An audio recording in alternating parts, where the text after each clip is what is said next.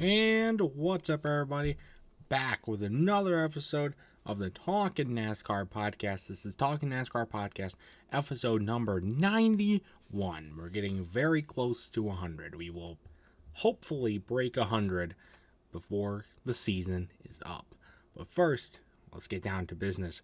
We got a lot to recap from a very wild weekend at Daytona, as well as the truck race in Milwaukee. And we got a lot of other things to talk about today, including a lot of silly season stuff, as well as huge news regarding the schedule and a bunch of other things. And I'm hoping time permitting, I'm going to finally give my thoughts on the new NASCAR game I played, NASCAR Rivals, and Days of Thunder. And so hopefully you get to that. But we'll see. We'll see what the time allots. And then, of course, at the end, we're going to preview this weekend's action at Darlington. Also, you can see, Hitmaster is not here. Since I'm working 9 straight days, I'm in the middle of working 9 straight days, we just couldn't get the time to work it out. So I'm soloing it this week, though Hitmaster will be back next week, and he already did the chips. He already drew the chips. So we're going to go over those when we get to our predictions. So he'll be back next week. He's doing fine.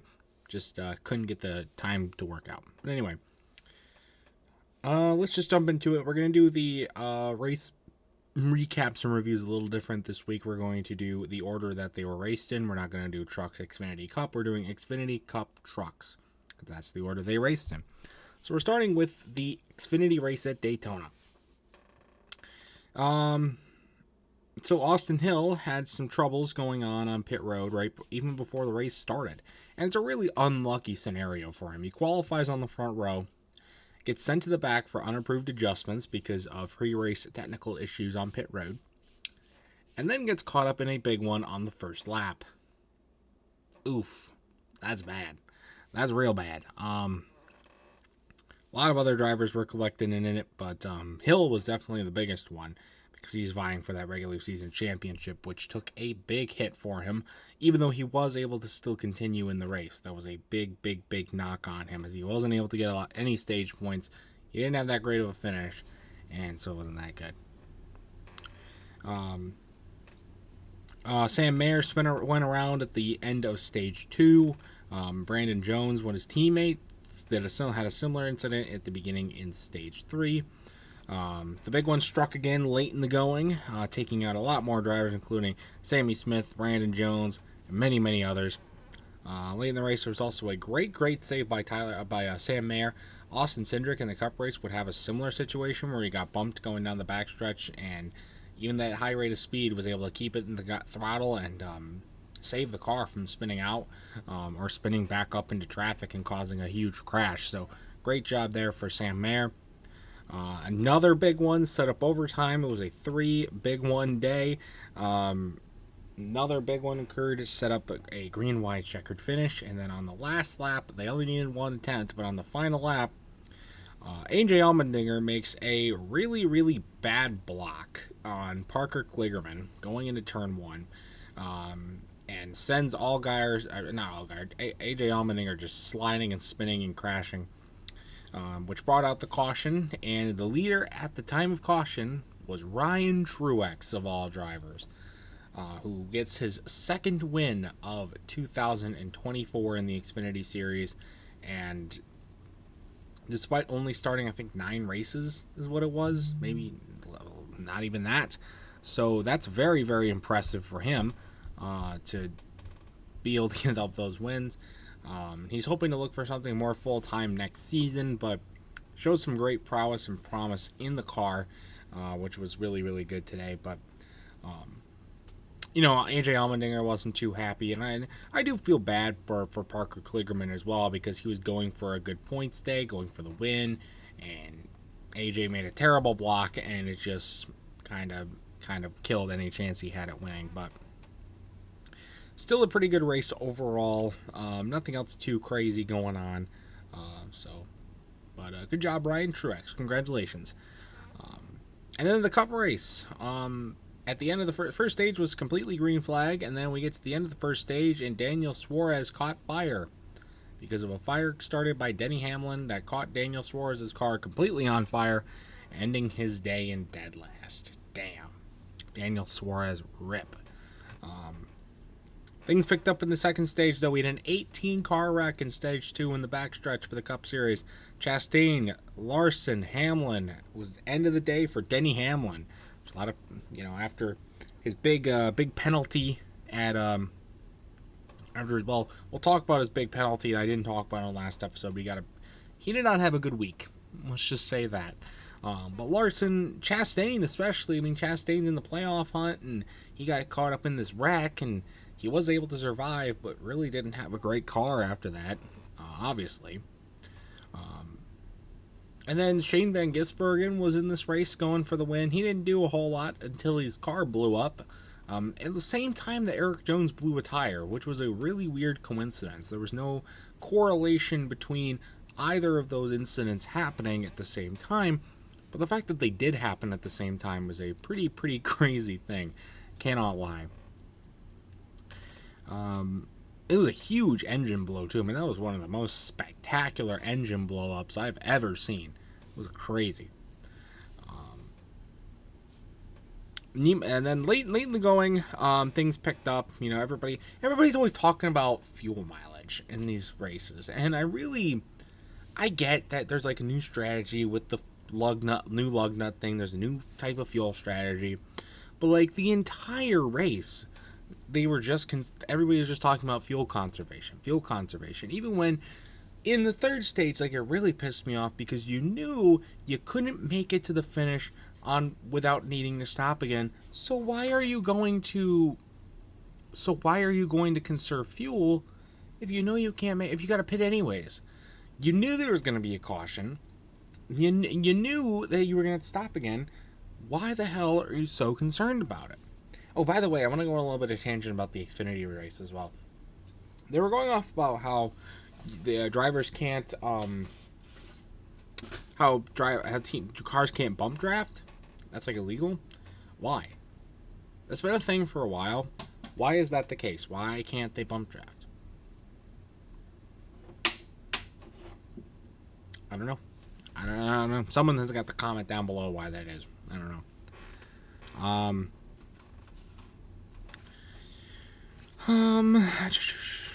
And then, of course, going back to the Cup race. I knew there was going to be a late caution, and guess what? John Hunter Nemechek decides to make one of the worst blocks ever, even worse than Allmendinger's block the night before, and he goes around, which sets up the end of the race, which really hurt Keselowski because he got a restart violation, and a lot of people weren't happy about this restart violation. Keselowski had a great car all night, and really was one of the best cars on the field, but on the restart he gets a restart violation. A lot of people weren't happy about that, but he did clearly break the rules, so I don't know, it's one of the rare good officiating calls by NASCAR, in my opinion at least. And then the big one struck again, and Michael McDowell flipped over. Now, this is a good time to bring up the new modifications that NASCAR brought into this race after the Corey LaJoie flip at Michigan last week. They added a second shark fin on the car on the rear end so that there was one on each side now, so to prevent flips. Now, when John Hunter Nemechek spun out with about 20 to go, he didn't flip over. And I'm like, okay, it should have probably been a flip, but it wasn't, so maybe the shark fin's doing its job. But then we get this Michael McDowell flip. And I won't blame the shark fin on this flip per se. I won't, because he got assisted with the air. He got door slammed and went flying into the air, and he was on the turn and whatnot. However, he got really high up in the air and was high up for a long time. I think if that shark fin had not been there, he would have went into the catch fence and the race would have ended right then and there. he would have had an Austin Dillon 2015 style crash right into the catch fence, because this guy was completely above the wall. He was way up in the grandstands, and fortunately, though, the car came back down quite fast. In retrospect, came down pretty fast. Did nearly kill Alex Bowman, though. I mean, he got in, he literally shredded Bowman's left side, like, right after the window did. So could have easily killed him. It was just a split second earlier. Fortunately, though, nobody did get hurt. As far as other drivers collected, Joey Logano was taken out. Kyle Larson involved again. Bubba Wallace, another playoff driver on the bubble, got collected in this one.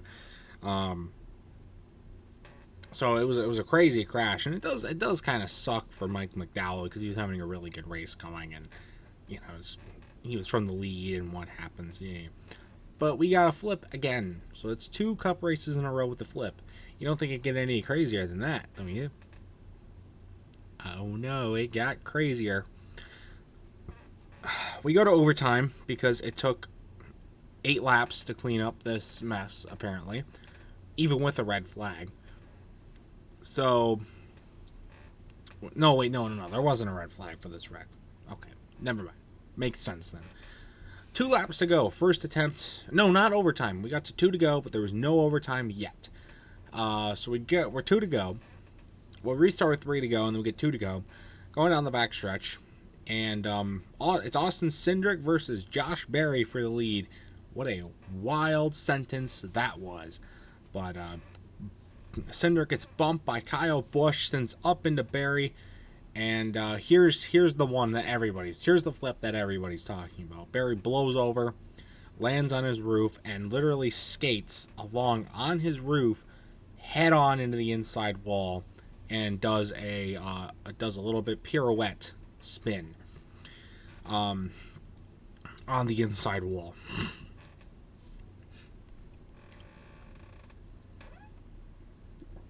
Now, this is the flip that everybody's kind of talking about. Like, oh, the shark fin was supposed to stop things like this, right? Here's my ordeal. NASCAR.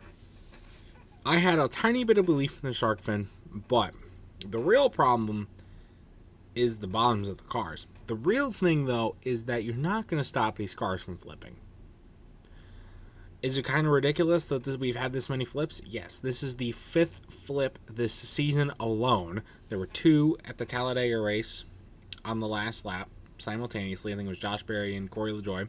Corey LaJoie again at Michigan. Michael McDowell. And now Josh Berry again at Daytona. So that's a lot of flips. And if you go back to 2020, and this is, I think, the 8th flip in the next-gen car in just its 3rd season. Harrison Burton at the 2022 Daytona 500, Chris Buescher at the Coke 600 that same year, and then, of course, Ryan Preece's massive flip last year at Daytona. So that's a lot of flips. However, there's ways that they can maybe make the cars flip less, but you're not going to stop the cars from flipping entirely. And that was what NASCAR was trying to answer with the shark fin, and it's not going to happen. Sorry.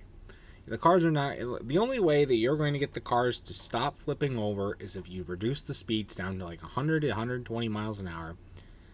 And even then, as we saw at the Coke 600 in 2022, they're not going to stop flipping. But if you want the blowovers to stop, that's literally the only way that they can fix that. And at that point, that would just make racing at the Daytona or Talladega redundant. Just race on the road courses, or just don't race there at all. Which, fans, that's not going to happen. That's not going to happen. So, what NASCAR needs to focus their efforts on is to make them safer. And I think we've seen so far is Josh Berry, even with this crazy accident, walked away. He's okay. So you got to continue just to work on safety of the cars. Because Ryan Preece, crazy flip last season, walked away and still raced the next week at Darlington, but Kurt Busch backing into the wall at Pocono ended his career. That's the issues you need to be focusing on, not stopping the cars from flipping over, just making them safer, and not just blowovers, but just general crashes in total. But it is pretty crazy. I mean, if you count Kyle Seeks flipping the Xfinity Series at Michigan, that was 4 flips in 7 days. That's a lot of flips. Will not lie. But thankfully he was okay. But then that wasn't even, I think, the craziest part of the race. Now I want to just kind of set a little bit of a pretense for what I was feeling during this last part of the race. So, my fantasy pick this week was Kyle Busch. And Kyle Busch, first time we had taken him all season long. He hasn't done jack shit all season. But we're thinking, hey, it's Daytona. Anything can happen. We need a win to get into the playoffs. And you can imagine my feeling when the seas parted for Kyle Busch, not once with the first big one, not twice with the second big one, not 3 times with the third big one. The fact that he was near the start of all 3 of those crashes and avoided them scot-free. All to lose to goddamn Harrison Burton on the last lap pass.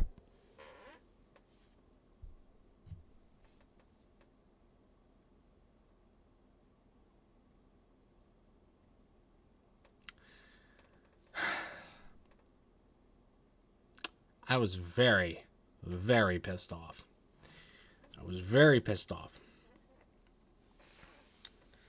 Harrison Burton came into the Daytona race 34th in points. That is the lowest out of all full-time drivers in 2024.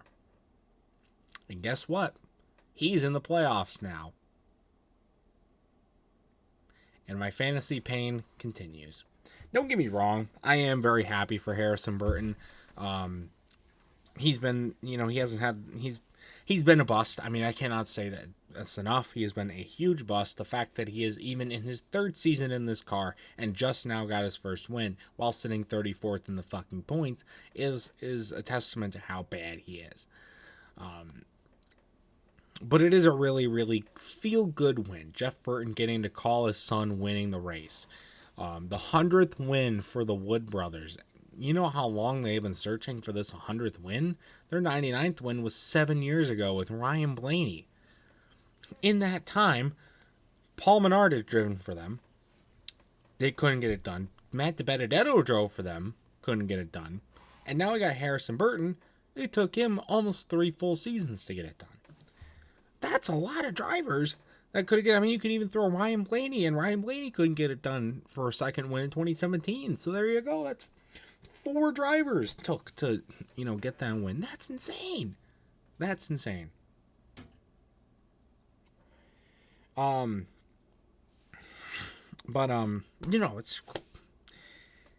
a really good, like I said, feel good win. Harrison Burton getting his first Cup win. He's in the New Year's Eve Spectacular for the first time, la-dee-da, and he's in the playoffs. I don't think a lot of people are necessarily mad at Harrison Burton winning. They're mad that Harrison Burton, still, after this win, by the way, is still the lowest driver in the points, full-time drivers in the points, lowest still. And he's going to be in the playoffs. Why? I mean, this is what NASCAR has written with this playoff system. And I like to think that it's on its last leg. I think a lot of people woke up and realized, wow, this is the playoff system.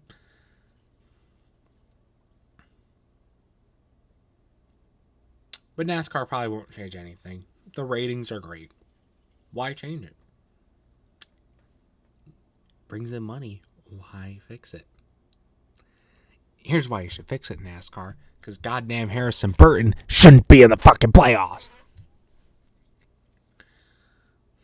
So, that's my take on it. He's the 19th driver locked into the New Year's Eve Spectacular this year. That part is legitimate.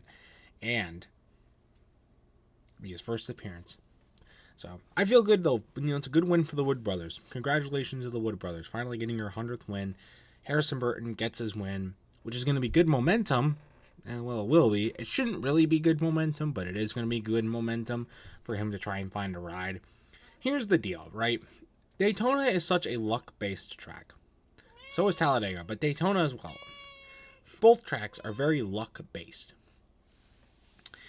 Harrison Burton was one of only 6 drivers to not be involved in a crash all night.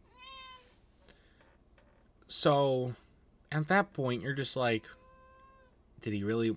And he got pushed to the win by a fucking Parker Retzlaff or whatever his name is. And so, like, how legitimate really is it? Like, I think a lot of teams, when looking on whether they should sign Harrison Burton or not, they should look on his performance not at Daytona or Talladega or even Atlanta at this point, but they should look at the other races. And that really shouldn't. So his opinion, my team's opinions on him for assigning him shouldn't really change. They probably will. I mean, breaking through and getting your first win, I mean, that's a huge deal. He'll probably land something, I hope, even if it's an Xfinity ride or a Cup ride, part-time Cup ride or something like that. But he'll be fine, I think.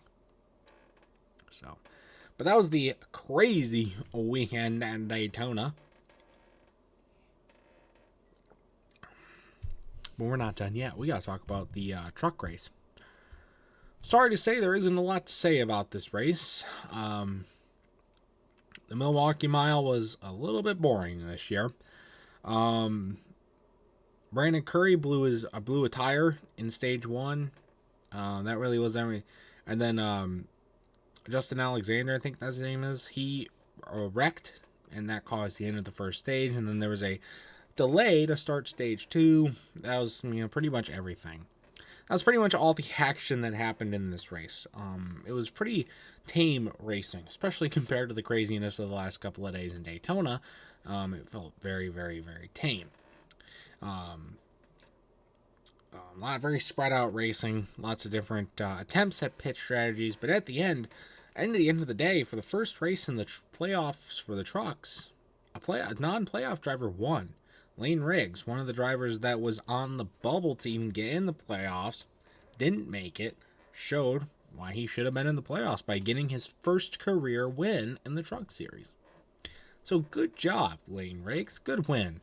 But in the celebration, he dislocated his shoulder. Okay? How do you do that? How are you celebrating so hard that you fucking dislocate your shoulder? Like, what the fuck? But still, good job, Lane Riggs. Good win there to get your first win. And even though you're not in the playoffs, it's still good momentum. So, but other than that, the truck playoffs didn't seem like it shook up that much. We can look it up right now.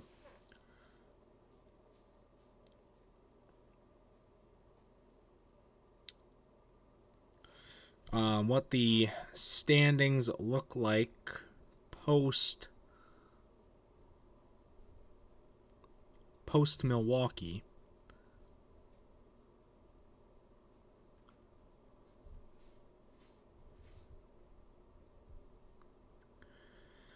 So after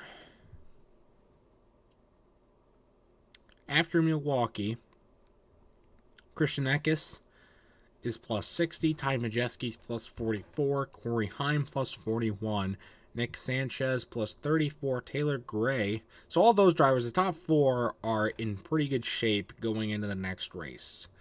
However, it gets a little iffy after that. Taylor Gray and Tyler Ankrum tied at plus 13, Daniel Dye plus 9, Grant Enfinger plus 2, and then the 2 sitting below the cut line currently, Ben Rhodes minus 2 and Rajah Caruth minus 4. So really anybody from 5th through 10th is still in a position where they could be eliminated. So it's still a pretty tight race going forward. But that's what it currently stands. And that's really it. I mean, Daytona was Daytona, and Milwaukee was Milwaukee. Rumors are that this is the last race at Milwaukee, despite it only coming back last year. What was the point of it? But if it is or isn't, I really don't care. I hope that they do stick around because, they don't, otherwise they wouldn't be in Wisconsin. I think that's a good market to tap into. But we'll see. I would like the track to maybe get a little bit of a reconfig because it is quite boring. Let's be honest here. But anyways, that was Daytona, Milwaukee. So we'll close it, put it in the books, shall we? There were some penalties. We're going to go over both the Michigan. We're both going to go over the Michigan and Daytona penalties now, since they're all out. For the Michigan penalties, Parker Kligerman's team, this is why their Daytona run was so important, because after Michigan, they got docked 20 points and 5 playoff points for modifying their spoilers. So that kind of said they were sitting pretty good following the Michigan race, but after this penalty, they were in a bad position. Good run at Daytona, though, put them back up, so that was good. Austin Dillon's team, the Rich RCR, did attempt to appeal Austin Dillon's penalty that he got from the finish at Richmond. That was denied. Every attempt at it was denied. It cannot be changed. The spotter's suspension was reduced from 3 races to 1, and I believe he's going to have to serve that at Darlington. Weird that NBC thought it would be cool to show him a lot, give him a lot of camera time at Daytona. That was a little weird, but I digress. And then for Denny Hamlin, like I talked about earlier, his big penalty. So this wasn't from Michigan at all, or Richmond, in fact. This was his Bristol win way back in March. So apparently what had happened was after the race, Toyota tore down the engine and rebuilt it before NASCAR could inspect it, which was that's a big no-no apparently. And as such, Denny Hamlin is the one who's getting penalized for this, even though he didn't play really a big role in this as far as what we can tell. Of course, he's probably hiding like, oh, yeah, tear it down because we cheated or something like that. But as far as we know, that's not the case. But Denny Hamlin got a huge penalty because of this. He got docked 75 points, 10 playoff points, and his crew chief was fined $100,000, which that's a lot. That's a lot. Now, Denny Hamlin obviously is comfortably in the playoffs with multiple wins, but he was in heavy contention for the regular season championship and is gone out of that. Even before his wreck at Daytona, he was out of it.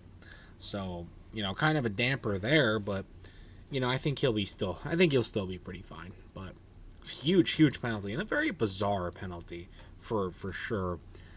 As far as Daytona penalties, all of them came from the Xfinity Series, and they were all the same penalty. It was for the 27 team, that's Jeb Burton. The 28 team, that's Ryan Sieg, or not Kyle Sieg, not Ryan Sieg, and 45, which I think was Honeycutt this time. No, that's Trucks. I don't remember who was in the 45 for Xfinity, but all 3 teams were given L1 penalties for rear bumper extensions as well as other body modifications from Daytona.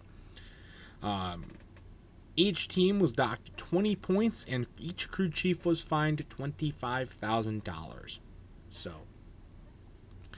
that was all the penalties from Daytona / Michigan. We're caught up on penalties now, thank God. Now we got some silly season news as well. Big one, coming out of Trackhouse Racing. Zane Smith is leaving after 2024. Not too surprising, but a little disappointing. He's been putting on some good runs for the team. It kind of sucks that he's going. But the driver that he is being replaced by should not surprise anybody. Shane Van Gisbergen is going full-time in Cup in 2025. Not in the 97, though. He's driving the 88. The 88 is coming back to Cup, ladies and gentlemen. Multiple year absence, but it is coming back, not with Hendrick, but with Trackhouse Racing. Now, we knew this was happening. We knew this was the plan. But again, it does suck for Zane Smith. He's been putting on some good runs. Gotten some, even on like intermediate tracks. He almost won Nashville. He had a good run going in Michigan. Daytona wasn't bad either. So I hope that teams look at that and say, hey, let's pick this guy up. He might be for good for us and maybe get some good runs. So that would be interesting. But Shane Van Gisbergen definitely is not 100% ready to compete for a championship in Cup, so, he'll be good on the road courses, obviously. And there's going to be a lot of road courses next year. He's gotten 3 wins in the Xfinity Series this year. They're all on road courses, but he's been improving on the ovals. He's not perfect on the ovals. He hasn't won an oval yet, but he has been improving, and I think he'll use the rest of the Xfinity Series season. I mean, there's a road course in the playoffs for the Xfinity Series, so he could very well get into the round of 8. Hell, even maybe getting his way in the Championship 4, barring some pretty crazy shit, and also can get some more experience before he jumps into Cup in 2025. So that'll be good. That was all the silly season news stuff. Before we get to the big deal with the schedule, let's talk about a 24/7 NASCAR channel that's apparently in the works. So let's talk about this. So obviously the Speed channel has been gone for a little while, but now apparently they're trying to do another one, another 24/7 TV channel titled the NASCAR Channel (Fast). Now, the only confirmed thing we know about this channel is that they are hiring people, and I may or may not look into an application for this job just to see what it's all about. I think I could do it. Now, whether I actually decide to go through with it or not, well, that's to be determined. But it's interesting that they're trying to bring one back. I think it's a good idea, at least in theory, but then it's like network TV, and are they going to get good advertisers? Are they going to get content? Are people going to watch? That's kind of where it's like, is it really going to pan out? I think it can work well, though. If they get a good core audience, I think it could work out. But who knows? That's pretty cool. Ooh. But anyway, this is the last piece of news that I have, and it's a pretty big one. So there's been rumors about the schedule. It looks like the schedule is going to be out very soon, but it's not out at the time of me recording this video. As such, I will not be talking about it in this episode. Apparently, though, the Cup schedule had at least been leaked, but I'm expecting it to be out by the time we record next week's episode. We can go over it then with Hitmaster here and all that sort of stuff. But a big thing was confirmed by NASCAR. 2 big things were confirmed by NASCAR. Well, obviously, the Bowman Gray Clash thing, and we're like, wow. I thought they were going to Mexico. Is that what's going to happen? I thought they were going to Mexico. Well, they are indeed going to Mexico, not for the Clash, but for a points race. For a points race, ladies and gentlemen. A points race. For the first time in 67 years, over 6 decades, NASCAR is going to do a Cup race for points outside of the United States. I almost said overseas, but Mexico is not overseas. This is great. I think this is going to be a great race. It's going to be on June 15th, which that's the only thing I'm a little bit questionable about, because that's June in Mexico. That is going to be a sweltering race if you run it during the day, which I assume they are going to run it during the day. I don't think they're going to run a road course race under the lights. That would just be really, really weird. Maybe, though. I don't know. Okay. I don't know. We'll see. The time hasn't been announced. But here's the big reason. I am very, very happy for this because of the track, because we're going to go out to Mexico, and I think that's going to be a great idea. Here's another reason why it's great. It's taking one of Richmond's dates. Yeah, baby. Whoa. Richmond's down to 1 date, baby, as it should be. As it definitely should be. Thank you for doing this. Thank you for doing this, NASCAR. Getting Richmond down to 1 day is a huge move. The races are terrible at Richmond, And now you're opening up to a road course, which have been not much better, but they have been better. And you're getting out into a new market, which is going to be wonders for you. So great move there. That was confirmed. They're going to Mexico.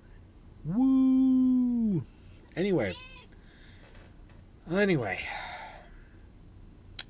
got time for one of the topics. I'm going to do one of the two things I wanted to do, because I got other things to do and I'm tired. We're going to talk about Days of Thunder. I've already reviewed Days of Thunder. Well, I've reviewed it. The review hasn't come out yet. It's not going to come out for a while, but it will come out. But I definitely wanted to talk about it here. Days of Thunder, a NASCAR movie. Everybody who knows NASCAR knows about Days of Thunder. It and Talladega Nights are the two really big NASCAR movies. Well, I guess Cars too. Cars. But that's animated. That's its own franchise. But it's there. However, what was I saying? Oh yeah, Days of Thunder. Days of Thunder and Talladega Nights are very much compared to each other, and for a lot of different reasons. And that's what I'm going to be doing. I'm not really going to do a full-on review here. I already made a review, but I will be doing a kind of highlighting a couple of bigger points with the movie. First off, I think it's held up really well for how old it is. Tom Cruise is great in the movie. A lot of the characters are really good.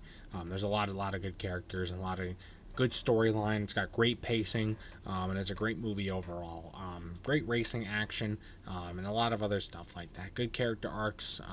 It's got a lot of that great stuff too. So it makes it really watchable because of the good pacing and just very entertaining content all throughout, which is good. As far as its look onto NASCAR, it is it's a very much it's a less satirical look on NASCAR. Talladega Nights is often criticized by NASCAR fans for making fun of NASCAR, for making a lot of fun about NASCAR. But not Talladega Nights. Days of Thunder isn't like that. Days of Thunder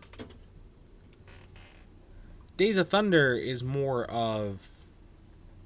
Days of Thunder is a lot more serious. That's what I'd say. Days of Thunder is a lot more serious of a look onto NASCAR.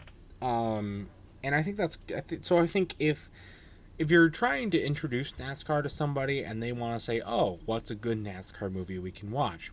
Don't pick Talladega Nights. Pick Days of Thunder. If you're hanging out with a NASCAR fan or you want to watch a really good NASCAR movie, but you already know about the sport, you already really like it, watch Talladega Nights because it's funny. It's funny, and personally, it's my more favorite movie of the two. But Days of Thunder is still a really good movie.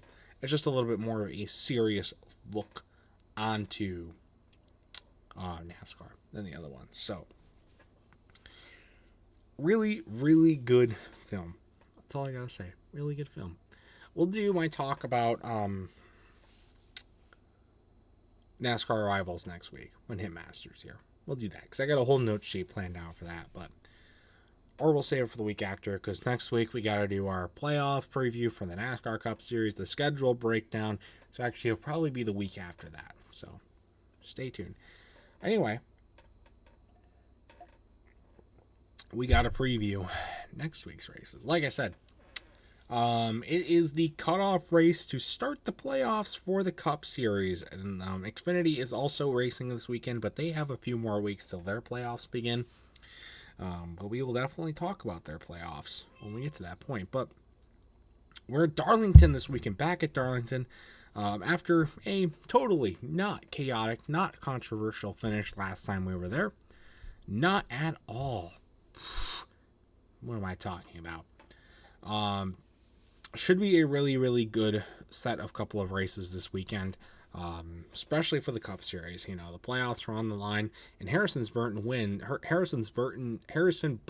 win. There we go. Really shook things up. We can even go to the playoff outlook for points. Right now, we can. All right, so here's how the playoffs sit for the Cup Series going in. To the good, there are 3 open spots for playoff spots on points after Harrison Burton's win. Martin Truex Jr. is the highest of those drivers. He sits 58 points to the good. Ty Gibbs sits 39 points to the good after a really, really good run at Daytona. And Chris Buescher, after also having a really good run, sits 21 points to the good. Bubba Wallace and Ross Chastain are the only 2 drivers that can make it into the playoffs on points at this point that are not already above the cut line. They are sitting, Bubba Wallace sitting 21 below, Ross Chastain 27 below. From Kyle Busch in 19th on down, they're all over 100 points out of the playoffs and need a win. Need a win. They've needed a win for the last couple of weeks, but they, again, need a win here to do it. So Martin Truex Jr. is basically in. I mean, he would have to have a very terrible run and probably a driver like Kyle Busch to win and lock themselves in for anything to change for him. But even Ty Gibbs, he had a really good run, but he's unpredictable. I don't think he should be anywhere comfortable yet. Neither should anybody else. So, but anyways, that's how it sets. And of course, Xfinity also racing this weekend. So we got to predict that both trucks are off this weekend. So I'm going to make my predictions now. And then I will go over for the Xfinity series. And then we will go over the chips picked for Cup. So for my pick to win the Xfinity Series race, I think we're going to get a redemption race for Parker Kligerman, and he's going to win. Calling it right now, baby. Parker Kligerman is going to win.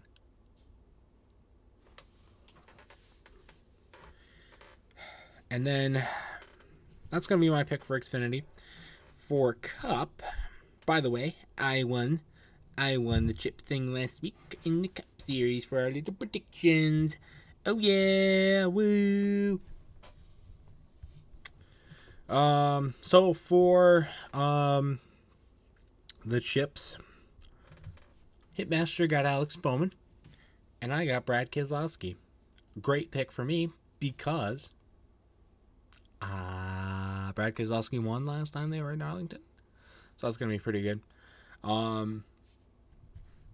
And also Alex Bowman, he's been kind of hit or miss. He had that little bit of stride right around like late June, beginning in July, but he's been kind of falling off again, just a little bit. He's still okay, but he's going to be falling off a little bit. So that's our picks for Darlington. And again, Darlington's going to be Darlington. Darlington stripes, blown tires, probably some good finishes, but long races, all that jazz. So, but that's going to do it for this episode. Again, of the Talking NASCAR podcast, episode number 91. Episode number 92, we're definitely going to go over the 2025 schedule because I'm confident it's going to be released by then. We'll do a Cup preview of the playoffs and go everything over that happened at Darlington.